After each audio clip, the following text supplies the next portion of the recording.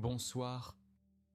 La nuit s'installe doucement, comme un voile qui se dépose sur le monde, une obscurité qui invite au repos, au lâcher-prise. Installez-vous confortablement, laissez votre respiration ralentir, sentez votre corps qui s'apaise contre le matelas, les tensions qui se défont une à une. Ce soir, nous allons explorer un territoire étrange, un lieu qui existe en vous à chaque instant, mais que votre esprit ne peut jamais vraiment voir. Le point aveugle de la conscience, cette frontière invisible où le regard de l'esprit s'arrête, où commence le mystère de ce que nous sommes. Ce que les yeux ne peuvent voir. Fermez un instant votre œil gauche, fixez un point devant vous. Déplacez lentement votre main droite vers la périphérie de votre vision. À un moment précis, votre main disparaît. Elle s'efface complètement de votre champ visuel, comme si elle n'existait plus. Ce n'est pas une illusion, c'est une réalité physiologique que nous portons tous, le point aveugle de la rétine, cet endroit où le nerf optique traverse la membrane oculaire, où aucun photorécepteur ne peut capter la lumière. Chaque œil possède cette zone morte, située à environ 15 degrés du centre de notre vision, un trou dans notre perception du monde. Pourtant, vous ne l'avez jamais remarqué avant qu'on vous le montre, n'est-ce pas ? Votre cerveau comble ce vide avec une élégance remarquable. Il invente l'information manquante, il prolonge les motifs, il continue les textures, il crée une continuité là où existe une absence. Sans que vous le sachiez, sans que vous le ressentiez, votre esprit fabrique une partie de ce que vous croyez voir. Cette simple expérience révèle quelque chose de profond. Notre conscience n'est pas une fenêtre transparente sur le monde, elle est une construction, une interprétation, une œuvre d'art créée en temps réel par notre cerveau. Mais le point aveugle physique n'est que le début, qu'une métaphore visible d'une vérité plus vaste. Notre conscience, elle-même, possède des zones aveugles bien plus mystérieuses, des territoires entiers de notre activité mentale qui restent hors de portée de notre regard intérieur, des processus qui se déroulent en nous, qui nous influencent, qui guident nos choix, mais que nous ne pouvons jamais observer directement. Le gorille invisible. En 1999, deux chercheurs américains, Daniel Simmons et Christopher Chabris, réalisèrent une expérience qui allait bouleverser notre compréhension de l'attention. Ils montrèrent à des volontaires une vidéo simple. Deux équipes de joueurs se passent un ballon de basket, l'une vêtue de blanc, l'autre de noir. La consigne était claire, compter le nombre de passes effectuées par l'équipe en blanc. Une tâche facile, banale même, qui demande simplement un peu de concentration. Mais au milieu de la vidéo, quelque chose d'extraordinaire se produisait. Une personne déguisée en gorille traversait lentement la scène, s'arrêtait au centre, frappait sa poitrine avec ses poings, puis sortait tranquillement du champ. Le gorille restait visible pendant plusieurs secondes, noir sur fond clair, impossible à manquer, du moins en théorie. Après la vidéo, les chercheurs posaient une question simple. Avez-vous remarqué quelque chose d'inhabituel ? La moitié des participants, exactement la moitié, répondaient non, ils n'avaient rien vu, rien remarqué d'étrange. Quand on leur montrait à nouveau la vidéo, ils restaient bouche bée, incrédules. Comment avaient-ils pu ne pas voir un gorille traversant l'écran ? Certains refusaient de croire qu'il s'agissait de la même vidéo. Ils pensaient qu'on leur avait montré deux versions différentes. Cette expérience révélait un phénomène troublant que les psychologues nomment cécité d'inattention, l'incapacité à percevoir un stimulus pourtant visible lorsque notre attention est dirigée ailleurs. Notre attention fonctionne comme un projecteur, elle illumine certaines zones de notre expérience, mais laisse le reste dans l'obscurité. Ce qui n'est pas éclairé, même si nos yeux le regardent directement, reste invisible à notre conscience. Des études ultérieures ont montré que ce phénomène affecte même les experts dans leur domaine. En 2013, des chercheurs demandèrent à 24 radiologues expérimentés d'examiner des scanners pulmonaires. Leur tâche était de détecter des nodules cancéreux. Sur le dernier scanner, les scientifiques avaient inséré une image de gorille 48 fois plus grande qu'un nodule typique. 83% des radiologues ne le virent pas. Leurs yeux regardaient directement l'anomalie, mais leur conscience ne la percevait pas. Leur attention était tellement focalisée sur les nodules que tout le reste, même un gorille géant, demeurait hors du champ de leur conscience. Ces expériences nous enseignent quelque chose de fondamental sur la nature de notre esprit. Nous croyons percevoir le monde qui nous entoure dans sa totalité. Nous avons l'impression d'être conscients de tout ce qui se trouve dans notre champ visuel, mais c'est une illusion confortable que notre cerveau entretient avec soin. En réalité, nous ne percevons qu'une fraction infime de ce qui nous entoure, seulement ce sur quoi notre attention choisit de se poser. Le reste existe, mais dans une zone aveugle de notre conscience, un territoire que notre esprit ne peut pas voir. Les filtres invisibles de la perception. À chaque instant, votre cerveau reçoit des millions d'informations sensorielles, le contact de vos vêtements sur votre peau, les sons lointains de la circulation, la température de l'air, la pression de votre corps sur le matelas, les variations infimes de lumière. Si vous deviez être conscient de tout cela simultanément, votre esprit serait submergé, paralysé par un déluge de sensations. Alors votre cerveau fait le tri, il sélectionne, il filtre, il décide ce qui mérite d'atteindre votre conscience et ce qui doit rester dans l'ombre. Ces filtres opèrent, sans que vous le sachiez, en dehors de votre contrôle conscient.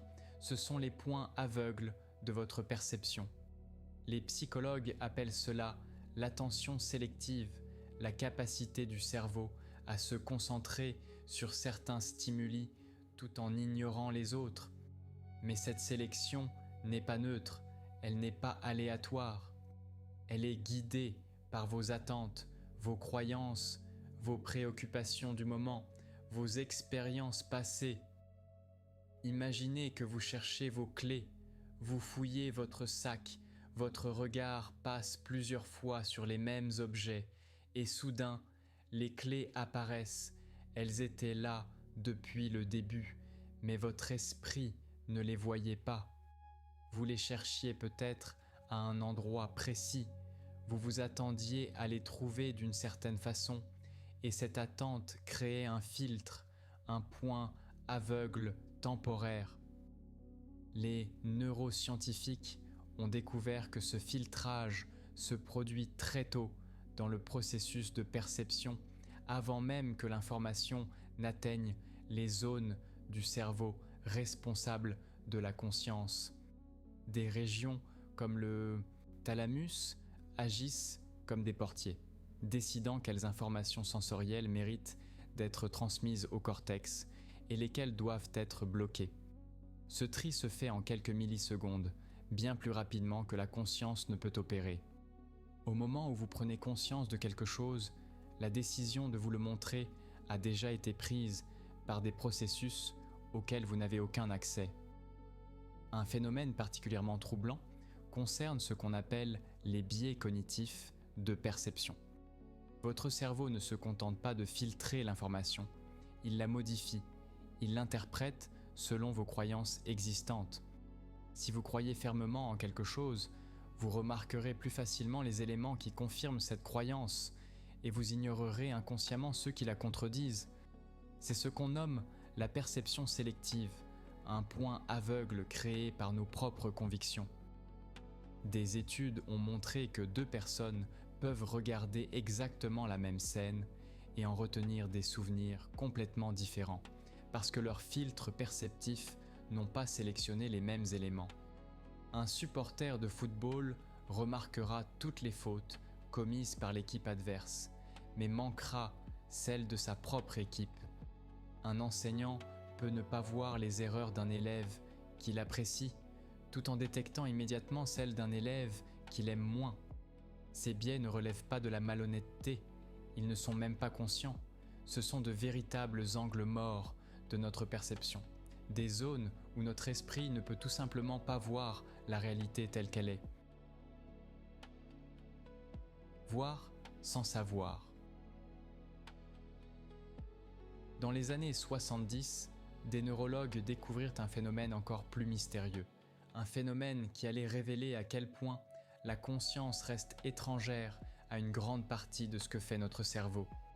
Certains patients ayant subi des lésions du cortex visuel primaire, la zone du cerveau responsable du traitement conscient de la vision, se trouvaient aveugles dans une partie de leur champ visuel. Si vous leur montriez un objet dans cette zone aveugle, ils affirmaient ne rien voir, l'obscurité totale. Mais les chercheurs eurent une intuition étrange. Ils demandèrent à ces patients de deviner où se trouvait l'objet, même s'ils ne le voyaient pas. Les résultats furent stupéfiants. Les patients pointaient vers l'objet avec une précision remarquable, bien au-dessus du hasard. Certains atteignaient 80% de réussite. Ils voyaient sans voir, ils percevaient sans être conscients de percevoir. Ce phénomène fut nommé vision aveugle, ou blind sight en anglais. Les informations visuelles continuaient d'entrer dans le cerveau. Elles empruntaient des chemins neuronaux alternatifs, des voies plus anciennes évolutivement, qui contournaient le cortex visuel endommagé. Ces voies menaient à des structures sous-corticales comme le colliculus supérieur, un petit organe situé dans le tronc cérébral, hérité de nos lointains ancêtres reptiliens. Le colliculus peut détecter les mouvements, localiser les objets dans l'espace, déclencher des réflexes d'orientation, tout cela sans que la conscience n'intervienne. C'est un système de détection rapide, une alarme primitive, qui fonctionnait bien avant l'émergence de la conscience telle que nous la connaissons. Quand un objet inattendu entre dans votre champ visuel périphérique, votre tête se tourne automatiquement vers lui, avant même que vous ayez conscience de l'avoir vu. C'est le colliculus qui agit dans l'ombre de votre conscience, dans l'un de ces nombreux points aveugles. La vision aveugle nous apprend quelque chose de troublant. La perception et la conscience ne sont pas la même chose.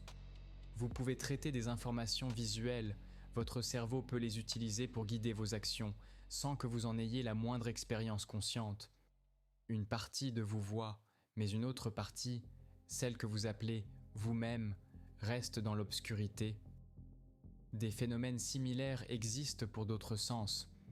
Certains patients sourds à la suite de lésions cérébrales peuvent encore réagir à des sons, sursauter à un bruit soudain, sans jamais entendre consciemment quoi que ce soit. D'autres ne reconnaissent plus les visages consciemment. Un trouble appelé prosopagnosie, mais leurs réactions physiologiques, battements de cœur, transpiration, montrent que leur cerveau reconnaît toujours les visages familiers dans une zone invisible à la conscience. Tous ces cas révèlent la même vérité dérangeante.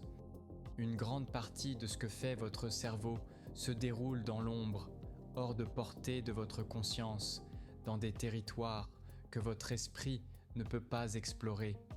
Vous n'êtes conscient que du résultat final, comme un spectateur qui verrait le spectacle mais ignorerait tout du travail en coulisses.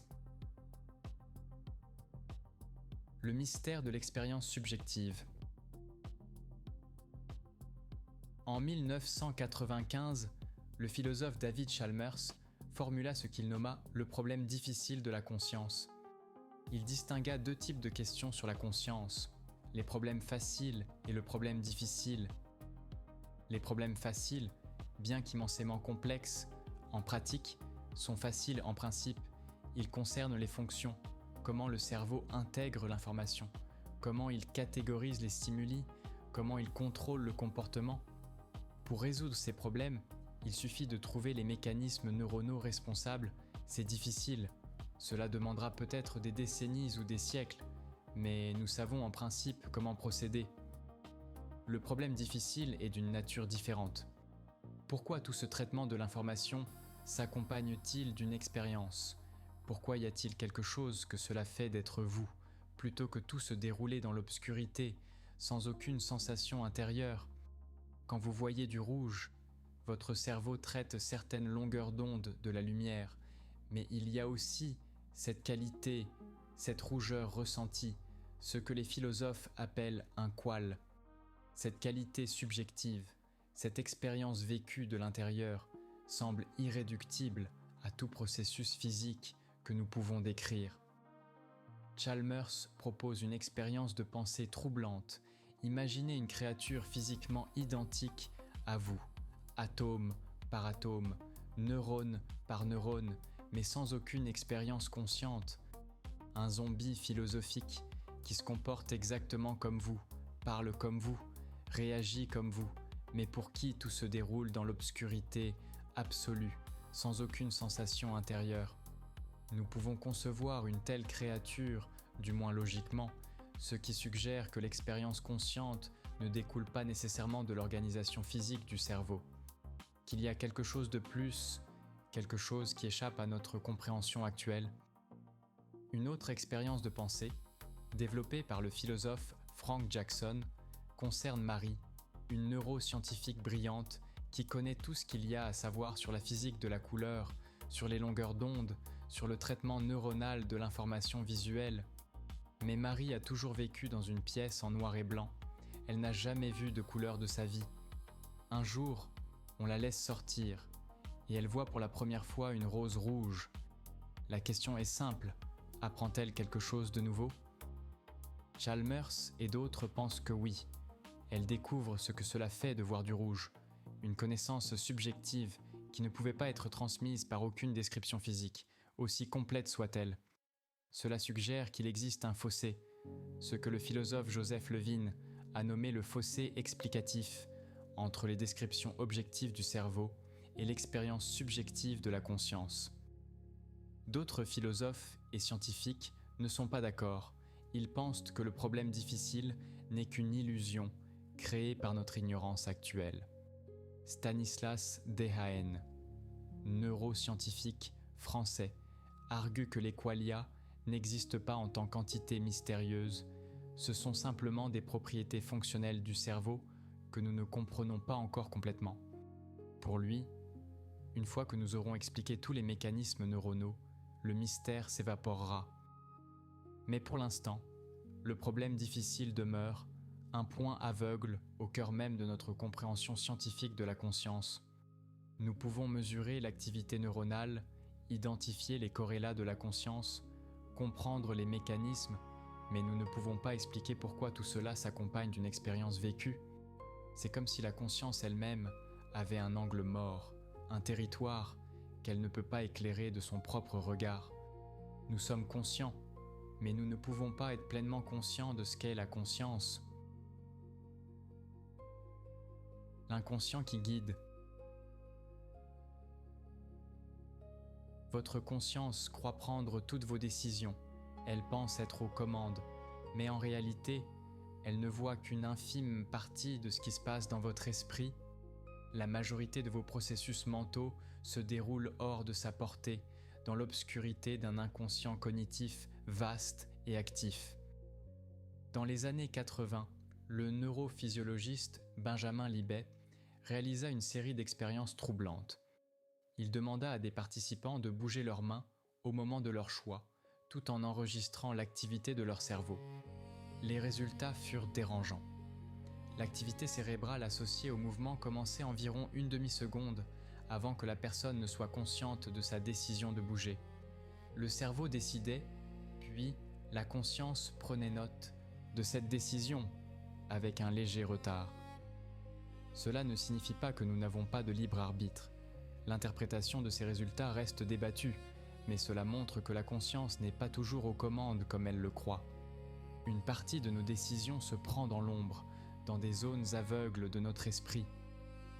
Pensez à la dernière fois que vous avez pris une décision importante, peut-être un choix de carrière ou l'achat d'une maison. Vous avez probablement pesé consciemment les avantages et les inconvénients, mais de nombreux facteurs invisibles influençaient votre choix. Des souvenirs enfouis, des associations inconscientes, des préférences que vous ne reconnaissez pas comme vôtres. Votre cerveau intégrait tout cela et livrait à votre conscience un sentiment, une intuition, une certitude dont vous ignoriez l'origine. Les psychologues parlent de traitement implicite, de la capacité du cerveau à apprendre et à traiter l'information sans que la conscience n'intervienne. Quand vous apprenez à faire du vélo, au début chaque mouvement demande une attention consciente, mais progressivement, le savoir se transfère vers des systèmes inconscients. Vous pédalez sans y penser, vous gardez l'équilibre automatiquement. Votre conscience est libre de s'occuper d'autre chose. Cette connaissance corporelle, cette mémoire musculaire reste inaccessible à l'introspection consciente. Vous savez faire du vélo, mais vous ne pouvez pas vraiment expliquer comment.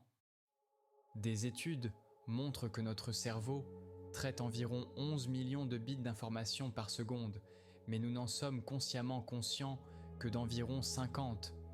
Tout le reste se passe dans l'ombre, dans les vastes territoires aveugles de notre esprit. Notre conscience ressemble à un petit projecteur éclairant une scène immense. Seul ce qui entre dans son faisceau devient visible, mais tout autour continue d'exister et de fonctionner. Les illusions de la conscience. Notre conscience possède une caractéristique étrange. Elle nous fait croire qu'elle voit tout, qu'elle est au courant de tout ce qui se passe en nous.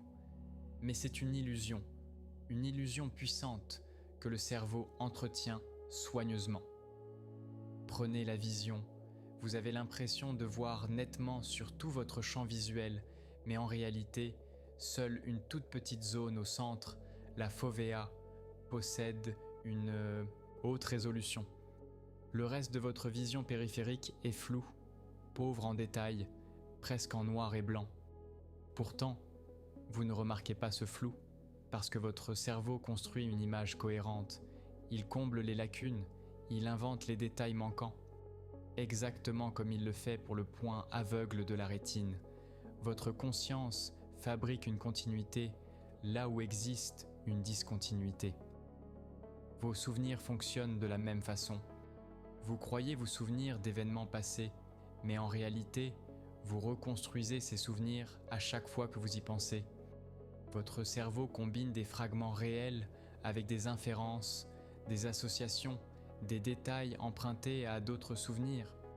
Le résultat semble cohérent, complet, mais une grande partie est inventée et vous n'avez aucun moyen de distinguer ce qui est réel de ce qui est fabriqué.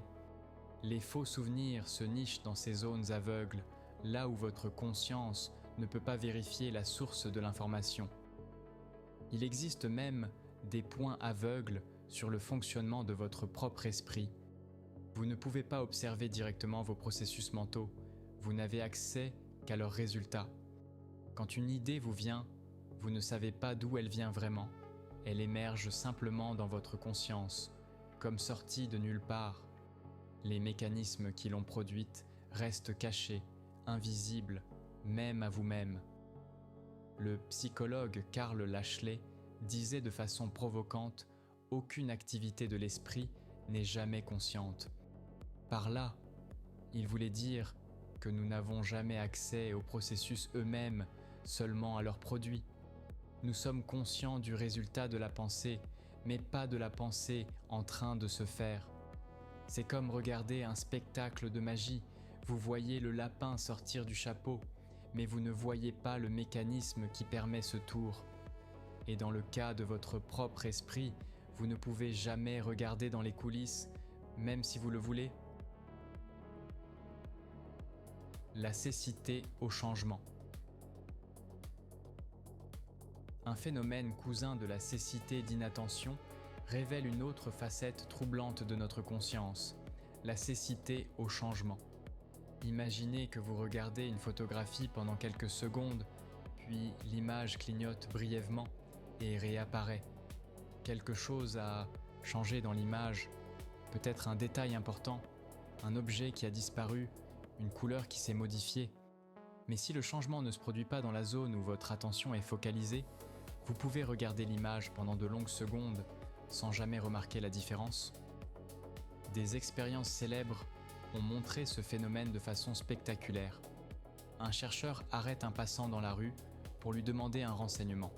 Pendant la conversation, deux personnes portant une porte passant entre eux et profitent de ce moment pour échanger le chercheur avec une autre personne, vêtue différemment, avec un visage différent. La moitié des passants continuent la conversation sans rien remarquer. Ils ne se rendent pas compte qu'ils parlent désormais à quelqu'un d'autre. Notre conscience construit une représentation stable du monde. Elle nous donne l'impression que nous voyons tout, que nous remarquerions immédiatement tout changement. Mais en réalité, nous ne voyons que ce sur quoi notre attention se pose et nous supposons que le reste reste identique. Nous vivons dans une sorte de rêve cohérent, construit par notre cerveau, un rêve qui masque ses propres lacunes. Cela a des implications profondes pour notre compréhension de nous-mêmes. Nous ne sommes pas les observateurs omniscients de notre propre expérience que nous croyons être. Nous sommes plutôt comme des spectateurs regardant un film dont une grande partie de l'écran serait cachée, mais notre cerveau nous fait croire que nous voyons l'image en entier. Les points aveugles de notre conscience sont si vastes, si nombreux, qu'on pourrait dire que la conscience elle-même est davantage faite d'angles morts que de visions claires. L'attention comme lampe torche.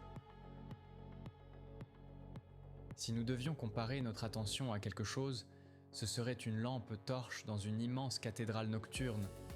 Le faisceau illumine une petite zone et tout ce qui s'y trouve devient momentanément visible, conscient, mais tout le reste de la cathédrale continue d'exister dans l'obscurité. Les voûtes, invisibles, les colonnes dans l'ombre, les recoins que la lumière n'atteint jamais. Cette métaphore aide à comprendre pourquoi nous ne pouvons jamais être pleinement conscients de notre propre conscience. Pour éclairer quelque chose, la lampe doit pointer vers cette chose, mais elle ne peut pas pointer vers elle-même et continuer d'éclairer autre chose en même temps.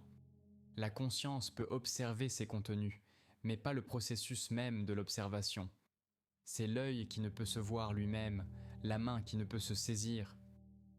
Les neurosciences modernes confirment cette intuition. La conscience semble émerger de l'activité coordonnée de vastes réseaux neuronaux, mais ces réseaux ne peuvent pas observer leur propre fonctionnement. Ils produisent l'expérience consciente, mais cette expérience ne contient pas d'informations sur son propre processus de production.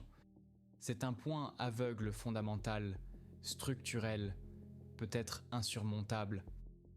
Certains philosophes pensent que cela révèle une limite intrinsèque à la connaissance de soi.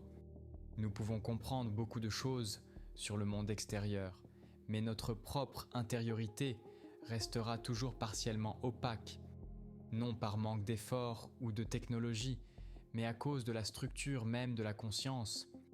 Elle ne peut pas se replier complètement sur elle-même, il reste toujours un angle mort, un territoire inconnaissable. Vivre avec nos angles morts. Alors que faire de cette connaissance, que notre conscience est trouée, parcourue de zones aveugles, que nous ne voyons qu'une fraction de notre propre expérience? Peut-être d'abord cultiver l'humilité, reconnaître que notre certitude subjective, notre sentiment de tout savoir sur nous-mêmes, est une illusion confortable mais trompeuse. Nous ne comprenons pas vraiment pourquoi nous ressentons ce que nous ressentons, pourquoi nous voulons ce que nous voulons, pourquoi nous pensons ce que nous pensons. Une grande partie de notre vie mentale se déroule dans l'ombre, hors de portée de notre regard intérieur.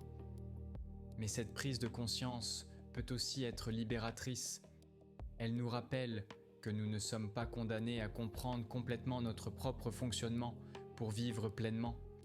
Nous pouvons accepter le mystère, l'opacité partielle de notre propre esprit sans perdre notre sens de nous-mêmes. Les zones aveugles de notre conscience ne sont pas des défauts, ce sont des caractéristiques. Elles permettent à notre cerveau de fonctionner efficacement, de filtrer l'immense flux d'informations, de nous protéger de la surcharge cognitive. Sans ces filtres, sans cette sélection inconsciente, nous serions paralysés, submergés par la complexité du monde et de notre propre esprit. Et peut-être que ces points aveugles préservent aussi quelque chose d'essentiel. Le mystère de l'expérience subjective, le fait qu'il existe quelque chose que cela fait d'être vous, reste inexpliqué. C'est à la fois le plus intime et le plus inaccessible, ce que nous connaissons le mieux et comprenons le moins. Les neurosciences peuvent cartographier le cerveau, identifier les corrélats neuronaux de la conscience, expliquer les mécanismes, mais le fossé entre ces descriptions objectives et votre expérience vécue demeure. Vous savez ce que cela fait de voir du rouge, de ressentir de la joie, d'avoir mal. Et cette connaissance directe, cette familiarité immédiate avec votre propre expérience ne peut être transmise par aucune description, aussi complète soit-elle. C'est le point aveugle ultime, non pas une zone que nous ne voyons pas, mais la structure même du voir, l'expérience elle-même qui reste mystérieuse. Le silence de la conscience. Et maintenant, alors que votre corps s'alourdit, que votre respiration ralentit, vous pouvez peut-être sentir ces zones aveugles autrement. Non plus comme des défauts, mais comme des espaces de repos, des zones d'ombre bienveillantes. Votre conscience n'a pas besoin de tout éclairer, de tout comprendre, de tout contrôler. Elle peut lâcher prise, laisser les processus inconscients faire leur travail dans l'obscurité protectrice où ils opèrent depuis toujours. Pendant votre sommeil, ces mécanismes invisibles continuent de fonctionner. Votre cœur bat, vos poumons respirent, votre cerveau trie les souvenirs de la journée. Tout cela se passe sans que votre conscience n'intervienne dans le silence apaisant des zones aveugles. Peut-être que le point aveugle ultime de la conscience, c'est le sommeil lui-même, cet état où la conscience s'efface, où elle entre dans sa propre obscurité. Chaque nuit, vous disparaissez de vous-même, vous glissez dans un territoire que votre conscience ne peut jamais vraiment connaître.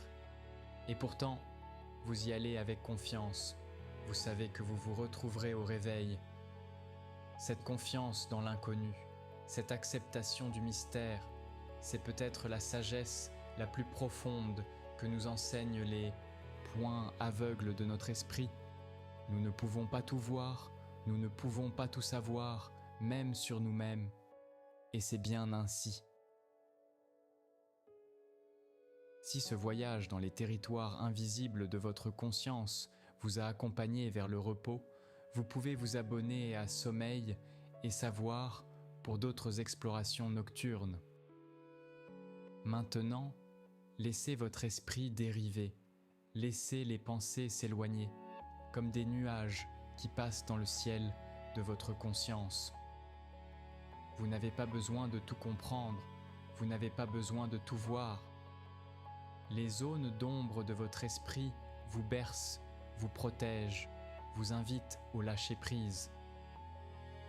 Dormez paisiblement, entouré par le mystère doux de votre propre conscience, bercé par tout ce que vous ne pouvez pas voir, mais qui veille sur vous dans l'obscurité. Bonne nuit.